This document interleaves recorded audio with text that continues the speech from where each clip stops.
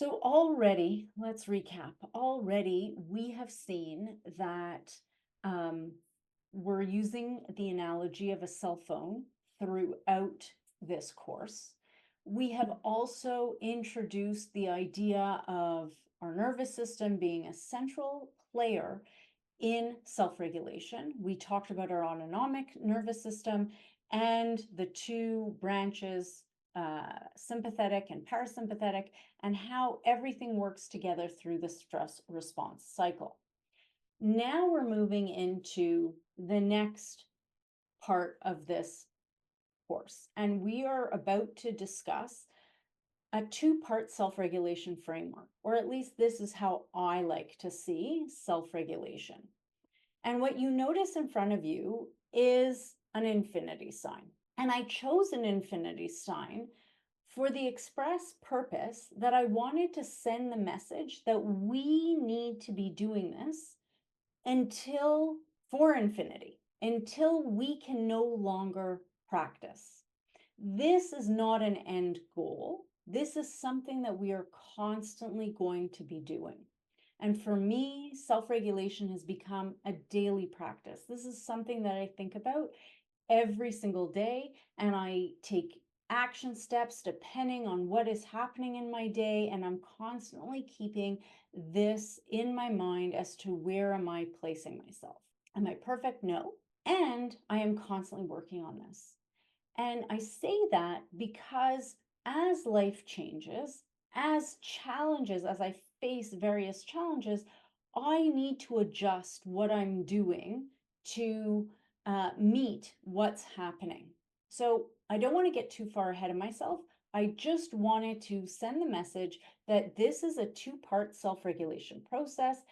It is, we do it for infinity. And what we see is that on the awareness side, there are three things that we need to be aware of. And on the action side, there are two things we need to be aware of. So for right now, we're going to talk about the three things that we need to be aware of on the awareness side. So the first is that behavior is communication. And generally, when we are talking about unpleasant behaviors, what we're seeing underneath the unpleasant behavior is that it might be a manifestation of fight, flight, freeze, or fawn. We're going to talk about that in a minute.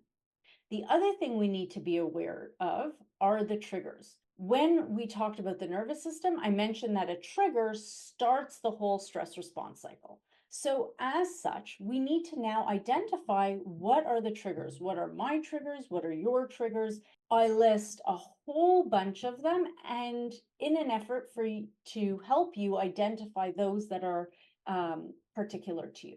And then finally, the signs that your nervous system may be dysregulated, the signs that you need to take some kind of action. So let's start with the first. Awareness of behavior is communication. Let's go back to the cell phone analogy. So when something goes wrong with your phone, your gut instinct, at least mine is what's wrong with my phone? What's going on with my phone? I don't start saying that my phone is lazy today, it's procrastinating, it's not behaving well, it's bad, it's a terrible person. I don't, or a terrible phone. I don't start qualifying my phone with all of these different adjectives. Instead, I start investigating what's going on. Is it the battery? Is there a glitch? Should I turn it off and then restart it again to see if that fixes the issue?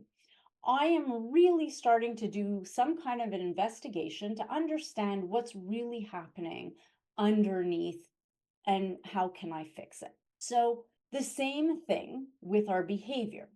When we're faced with our own unpleasant behavior, when we're faced with someone else's unpleasant behavior, or someone tells us and gives us feedback about our own unpleasant behavior, I want us to start thinking, instead of having these labels of I'm bad, I'm lazy, I'm procrastinating, to start thinking about, okay, I'm behaving a certain way. because something's going on. And when we look at it from another perspective and try and identify how that behavior might be a manifestation of fight, flight, freeze, or fawn, then we're having a different conversation. Because what has happened, what has triggered my brain and my nervous system to have a reaction that is in line with fight, flight, freeze, or fawn? What is the trigger and how can I fix it? No more judgment. Automatically, it helps us then start developing not only more compassion for ourselves, but it starts developing more compassion for others. And it also starts taking a weight off our shoulders because now there's hope we can do something. Instead of just a label that stops us like a stop sign, blank, I'm just stopped there.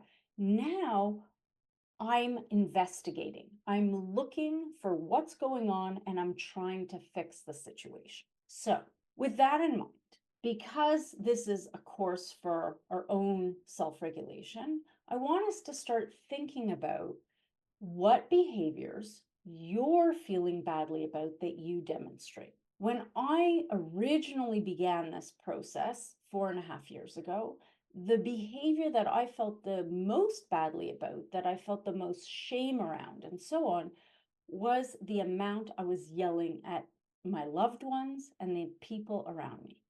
I felt like I was yelling at everybody way too much. And I was filled with shame because despite all of my efforts to try and curb it and to stop it, I wasn't able to.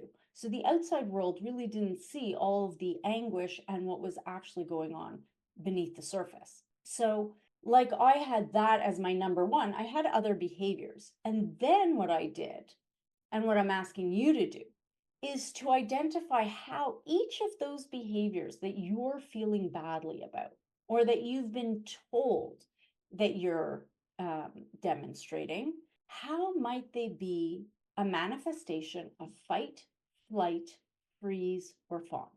Now, you might be asking, okay, I can understand what fighting, fleeing, and freezing are. What's fawn?